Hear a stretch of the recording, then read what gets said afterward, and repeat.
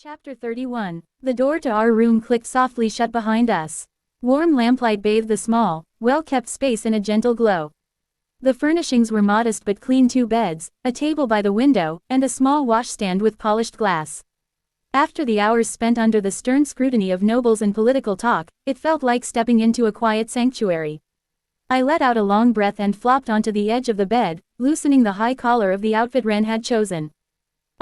Diplomacy's exhausting. Seal, as always, moved with calm precision. She removed her coat and folded it neatly, setting it aside before pulling off her gloves. Only then did she turn toward me, tilting her head just slightly. "You handled it well," she said simply. "He was not easy to read, but you kept pace with him." "You did perfectly, Master." I blinked. "Thanks. Coming from you, that means a lot." She stepped a little closer, standing by the bed I was sitting on. Her red eyes gleamed faintly behind the mask. "You look tired." "A bit. It's been a long day." I stretched my arms, letting the tension ease out of my shoulders. "But having you there made it easier. I knew you'd catch anything I missed." Seal was silent for a moment. Then, quietly, she reached up and unfastened her mask. Her face, so familiar, yet subtly different from mine, was as serene as ever. Her expression didn't shift much, but the way her gaze softened made something warm stir in my chest. "You've done well, Master," she said, voice gentler now, the formality edged with something more personal. "You deserve to rest." I smiled at that. "You sound like Ren. She is wise." I laughed softly and patted the space beside me. "Then sit with me for a while. No strategies. No politics. Just quiet." Seal hesitated for the barest moment before sitting down beside me. She didn't lean on me, at least, not immediately, but she sat close enough that I could feel the warmth from her shoulder through our sleeves. For a while, neither of us said anything. Outside, the city murmured faintly in the night, but in here, it was just the two of us sitting side by side, breathing in a moment of stillness. A quiet, shared rhythm. Eventually, I whispered, "Thanks for staying with me, Seal."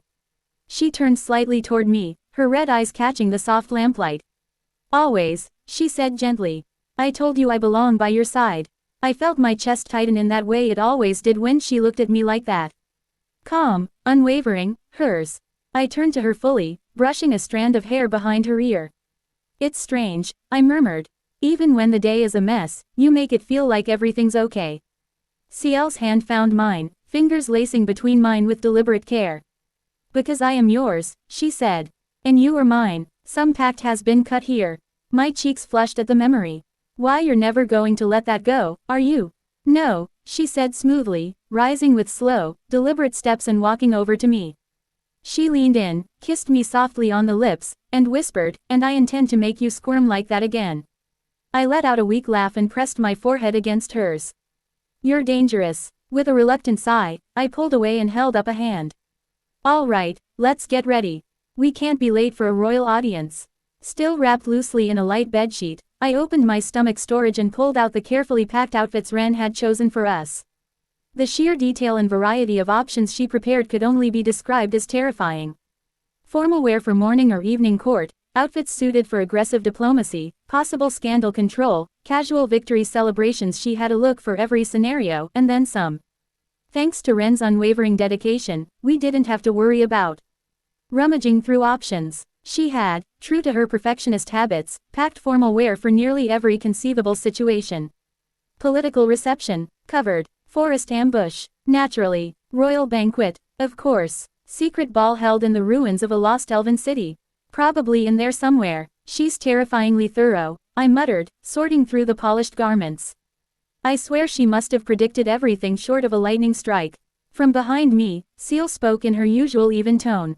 "Master, if you continue wearing the bedsheet, I may need to categorize it as your default attire." I nearly dropped the storage case. "Wah, no, absolutely not. It's temporary." "Temporary." I gripped the sheet tighter around myself, face already heating up. "You're not allowed to log that." She stepped closer, gaze lingering. "You know," she murmured, "you really do look hot in that." Before I could respond, she leaned in and kissed me soft and deliberate, right on the lips. My brain crashed on impact. "See, Seal," I stammered, stumbling back a step. I clutched the sheet like it was the last line of defense between me and total meltdown. "We're not, you can't just." That was. I turned away in a flustered swirl of fabric, cheeks blazing. No more flirting, let's just get dressed already. She said nothing, but I could feel the satisfaction radiating off her. She's doing this on purpose. I just know it. Still flustered, I reached into my stomach storage and pulled out the navy blue gown Ren had labeled, Royal Audience, Daylight Approved. A neat handwritten note was still pinned to the fabric. This one brings out your eyes, my lady. I rolled my eyes affectionately. Slipping it on took a little finesse.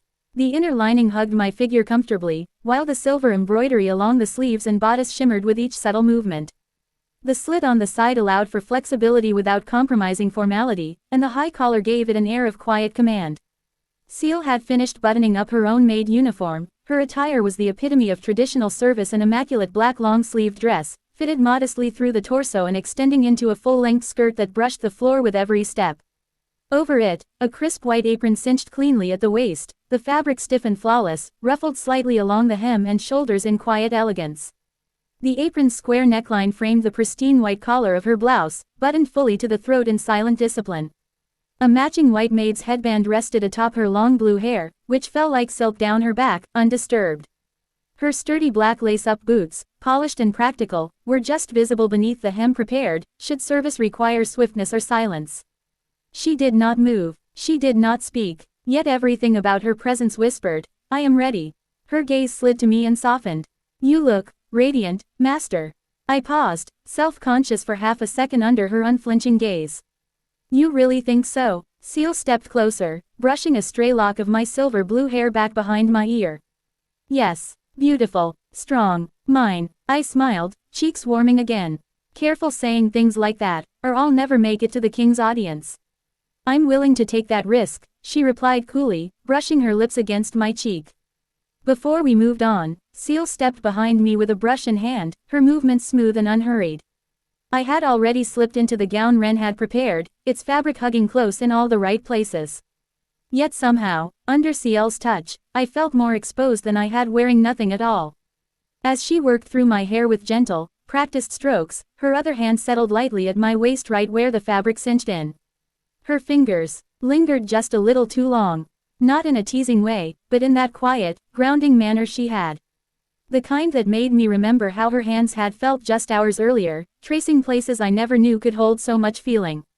I looked at our reflection in the mirror. Seal behind me, composed and calm as ever. Me, still trying to catch my breath from the way she made something as ordinary as brushing my hair feel so intimate. And yet when I really looked I didn't seem shaken.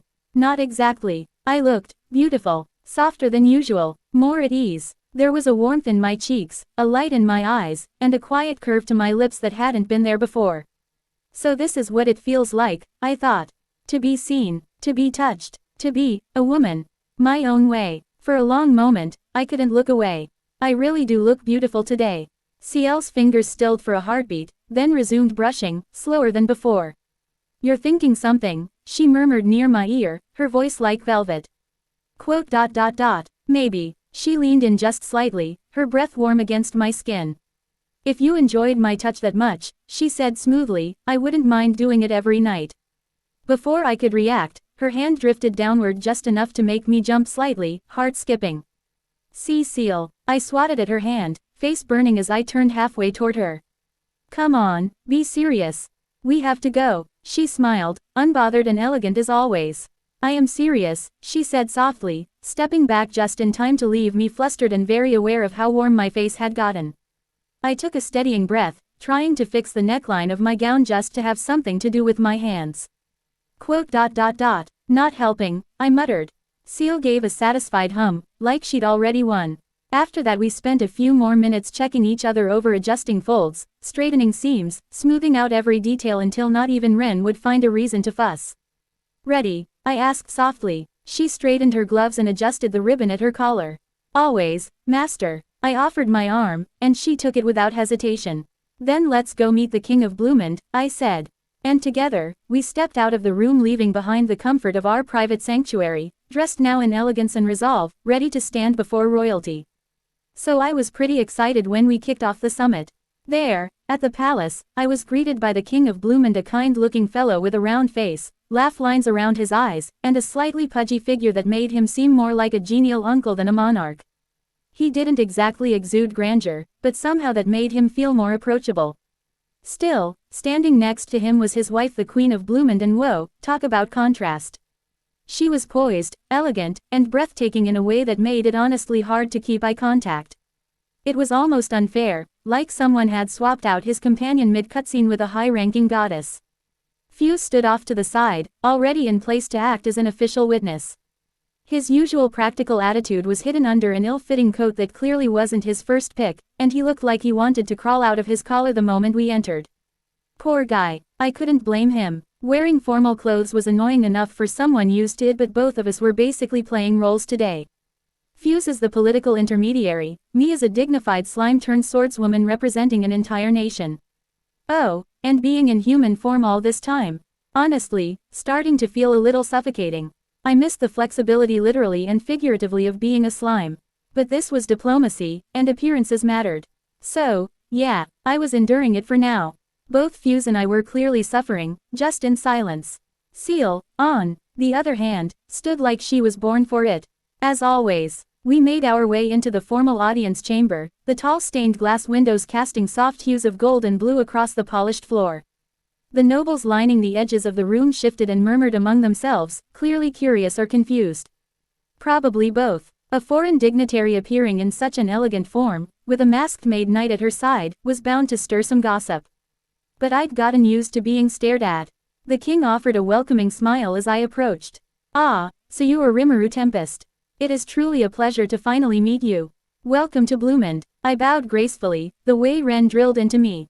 The pleasure is mine, your majesty. I am honored by your hospitality.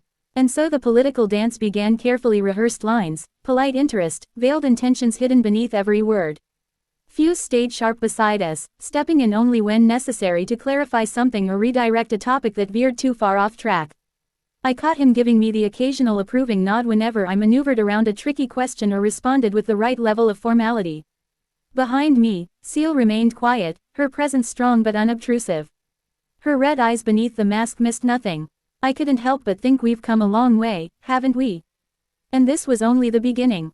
After nearly an hour of formal discussion, carefully chosen words, and more bowing than I cared to count, the summit finally drew to a close. The king and queen both stood, offering parting pleasantries with warm smiles and just a hint of regal distance. It has been an honor, Lady Rimuru, the king said kindly. We look forward to a fruitful future between our nations. The pleasure was ours, I replied, keeping my tone perfectly measured. The queen inclined her head ever so slightly graceful to the end, and the royal pair departed with their entourage in tow, the ornate doors of the chamber shutting gently behind them. As the silence settled, another figure stepped forward from the side entrance. Baron Briard, dressed less extravagantly than the nobles but still perfectly pressed, gave a short bow. If I may, he said smoothly, now that the formalities are concluded, shall we discuss the more practical matters? I sighed inwardly but gave a polite nod. Let's. Seal and I followed him through a corridor to a private meeting room smaller and quieter. The topics shifted from diplomacy to economics quickly. Briard brought out charts, proposed trade routes, and shared ideas for a joint marketing strategy, how Tempest could supply raw materials, and Bloomend could serve as a distribution hub for goods moving further west. We believe it would be mutually beneficial, Briard said, tracing routes with his gloved finger across the map. Especially if you're open to establishing a more permanent trade office in our capital. I exchanged a glance with Seal, who gave a subtle nod. I smiled. I think we can work something out. The meeting lasted another hour or so. By the end of it, most of the initial framework was agreed upon, still subject to approval back home, of course, but the gears were moving. The groundwork for future commerce between Tempest and Bloomend had been laid. When we finally stepped out into the late afternoon sun, I let out a long breath. Phew, that's one kingdom down. Seal stepped beside me, tone perfectly calm. You did well, master. I better have, after all that practice. I grinned at her. Waiting for us at the gates were three familiar faces: Cobble, Ellen, and Guido. Cobble waved energetically. Yo, ready to head to Anglesea. Ellen smiled brightly. We've got everything packed and ready. Just waiting on our VIP. Guido gave me a lazy salute. No demon ambushes this time, I promise. I chuckled. That's reassuring. Seal and I walked down the steps to meet them, travel cloaks already packed in my stomach storage. After a long day of diplomacy, a journey on the open road almost sounded relaxing. And so, with our little group assembled once more, we departed the capital of Bloomond. The gentle rocking of the carriage and the warm afternoon sun made for a sleepy atmosphere. Ellen and Guido were half dozing, Cobble was still up front grumbling about wheel alignment, and inside, things were peaceful. I had shifted back into slime form, letting go of the effort it took to maintain human form for once. I'd had enough of looking regal and composed for the kings, nobles, and ministers lately. Right now, I just wanted to be squishy. So I curled up in CL's lap. The soft sway of the carriage beneath us was oddly soothing. I remained curled up in my slime form, comfortably resting on CL's lap. Her gloved fingers gently brushed over my translucent surface, slow and affectionate. She was enjoying this far more than she let on, but I knew her well enough to feel it, especially from the warmth in her touch. "You're unusually content today," I said, my voice bubbling softly through my slime body. CL smiled, her crimson eyes half-lidded behind her mask as she looked down at me. "How could I not be, Master? You are warm, and soft, and perfectly obedient, for once." Hey, I huffed, trying to ripple indignantly, though it probably came across more like a wiggle. "I'm not a pet, you know." She chuckled under her breath and resumed stroking my side, like someone doting on a beloved cat. "No, not a pet. My wife." That shut me up for a moment. I gave a slow, embarrassed wobble and nestled in closer. "You're going to make me melt if you keep saying things like that." "That would be tragic," she said smoothly. "Then I'd have to bottle you up again. Maybe keep you in my sleeves." I made a squishy noise of protest, and she laughed quietly, of course. No one else in the carriage could hear over the creaking wheels and muffled hoofbeats, oblivious to the little bubble of intimacy we were wrapped in. Still, the moment couldn't last forever.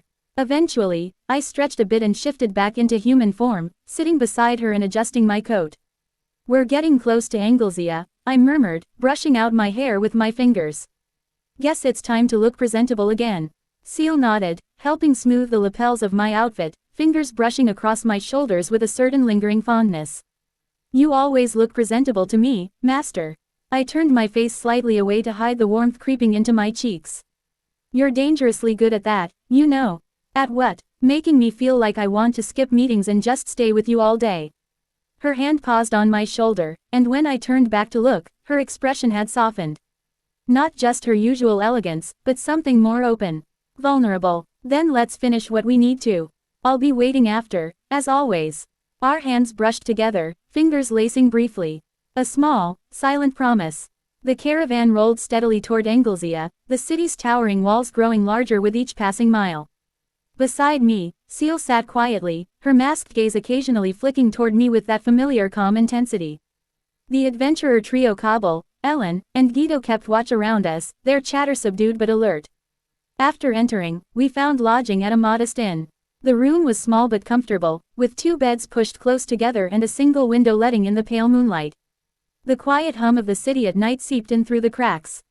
Once inside, CL wasted no time removing her mask. The moment we were alone, she revealed her serene, beautiful face just for me. I smiled, the tension of the day melting away. We settled onto one bed, side by side.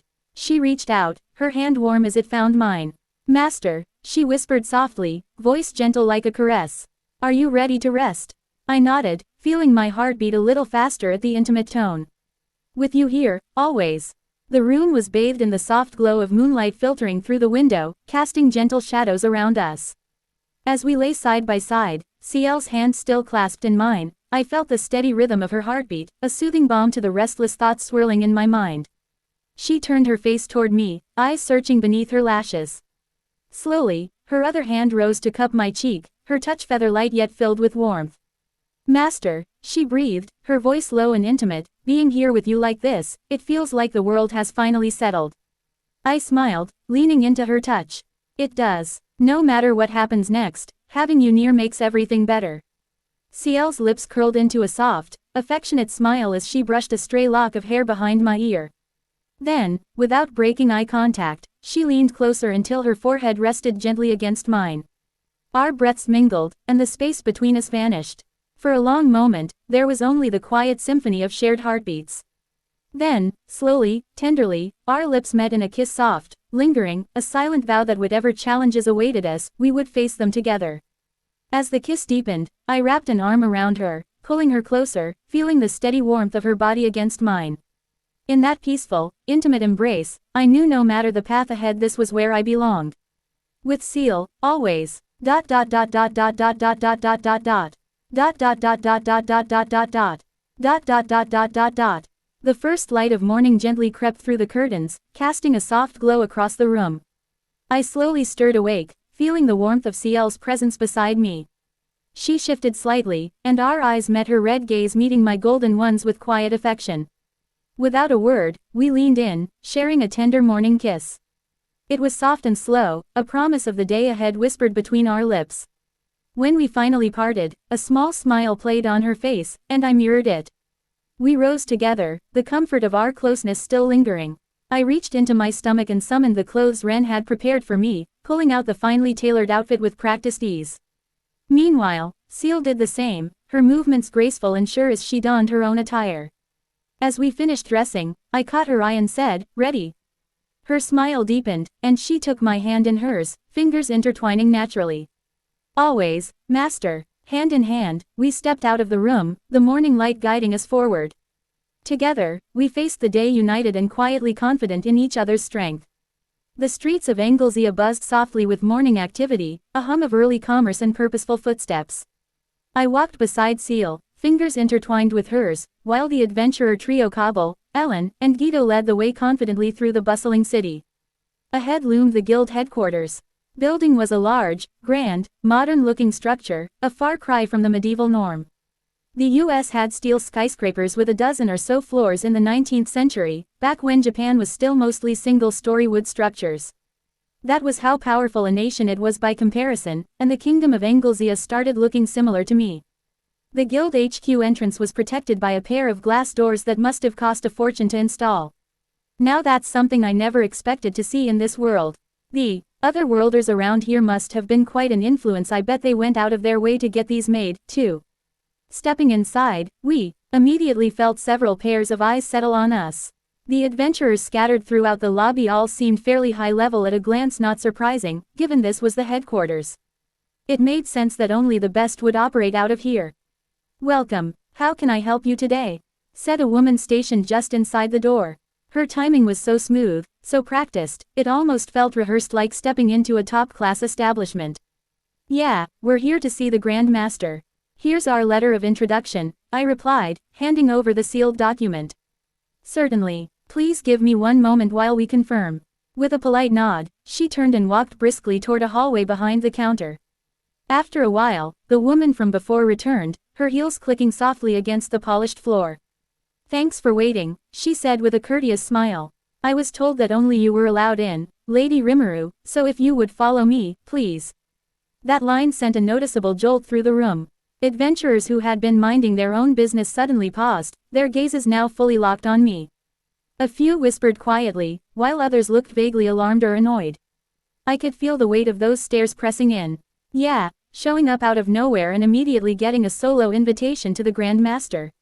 Not exactly the most discreet entrance I've ever made. Ciel took a step closer, saying nothing, but I could feel the shift in her posture, the subtle protectiveness in how her arm moved just slightly between me and the growing curiosity around us. Her presence helped steady me. "Don't worry," I murmured to her, keeping my voice low. "I'll be fine, just wait here with the others." She inclined her head once, calm and composed as ever. "As you wish, Master." With that, I turned and followed the staff member through the hallway, every step accompanied by the weight of the adventurers' curious eyes. The Grand Master's office was nothing like I expected, comfortable, cluttered, almost like a room someone actually lived in. "Ah, you must be Rimuru Tempest," a voice called warmly. "Welcome." Inside, Yuki stood with a smile, dressed in relaxed attire, loose tunic, slightly disheveled, like a college student who couldn't be bothered to tuck in his shirt. Still, something about him radiated competence. "I've heard a lot about you," he said, gesturing for me to take the seat across from his desk. "From Fuse, mostly. He said you wanted to speak with me." I nodded. "Yes, thanks for taking the time." He waved it off. "No worries. I'm always happy to meet promising newcomers." That made me raise a brow. "Newcomer? Huh, I guess I am, technically." He chuckled. Hey, don't let the politics get to you. You've done incredible things already. I mean, subjugating an entire forest region, founding a country, making alliances. You're basically rewriting the power map of the Western nations. I gave a wry smile. I'm just trying to make a place where people can live in peace. That's all. He leaned forward, folding his hands. That's exactly why I respect you. No hidden motives, right? Right, I echoed, though I couldn't help tilting my head just a little. And then, quietly inside my mind, I heard her CL's voice, soft but serious, like a whispered caution. Less than he's laying. He's more than just a politician. His energy signature shows multiple advanced unique skills. Be careful, greater than, that thought settled over me like a shadow. But thanks to Ren's merciless training endured through sheer willpower, I could still smile with all the grace of a noble lady, never mind the quiet storm behind my eyes. Our conversation stretched longer than I expected. Yuki was sharp, insightful, and surprisingly straightforward. We talked about the current political climate, the growing power of Tempest. We also talked about anime and manga stuff too. I shared as much as I could without revealing too much, feeling out his true intentions. Then Yuki got serious. He told me about the children summoned from our world, unstable, overflowing with magicules, and burning out far too quickly. It wasn't their fault, but without help, they wouldn't survive long. I want you to teach them, he said. It wasn't what I came here for. But I couldn't turn away, either. I'd made a promise to Shizu to protect the children she left behind. I couldn't forget that, so I nodded. All right, I'll do it. His shoulders relaxed, just slightly. The decision had been made and now, it was mine to carry. Finally, I stood. I like to think we're on the same page. Yuki smiled again. Yeah, and if there's anything you need, resources, connections, just say the word. You're welcome here. Thanks, I said, extending my hand. I'll be counting on you. We shook hands firmly. As I turned to leave, CL's voice came again, a quiet warning this time. Be careful, Yuki Kagurazaka isn't someone you can trust completely. I nodded slightly to myself, outwardly calm as ever. Yeah, I thought so too. When I stepped out of the office, I found the adventurer trio Kabul, Guido, and Ellen waiting just outside. Seal stood with them, calm and composed, her hands folded neatly in front. I'll be staying here for a while, I told them. They've asked me to teach the kids, and I start in a few days. You three can head back without me. Guido blinked. Wait, seriously, you're becoming a teacher? Ellen smiled warmly. Teaching those kids sounds like a big responsibility. But if anyone can do it, it's you. Kabul nodded thoughtfully. Yeah, they're lucky to have you. I nodded, a soft sigh escaping me before I forced a small smile. They deserve the best, and it won't be easy, but I want to try. After some quick farewells, the trio departed in good spirits. Once they were gone, Seal stepped forward, her gaze softening ever so slightly as she held out her hand. I took it without hesitation. And together, fingers intertwined, we turned toward the path leading back to our lodgings, quiet laughter slipping between us like a shared secret, warm and familiar as the afternoon sun. To be continued.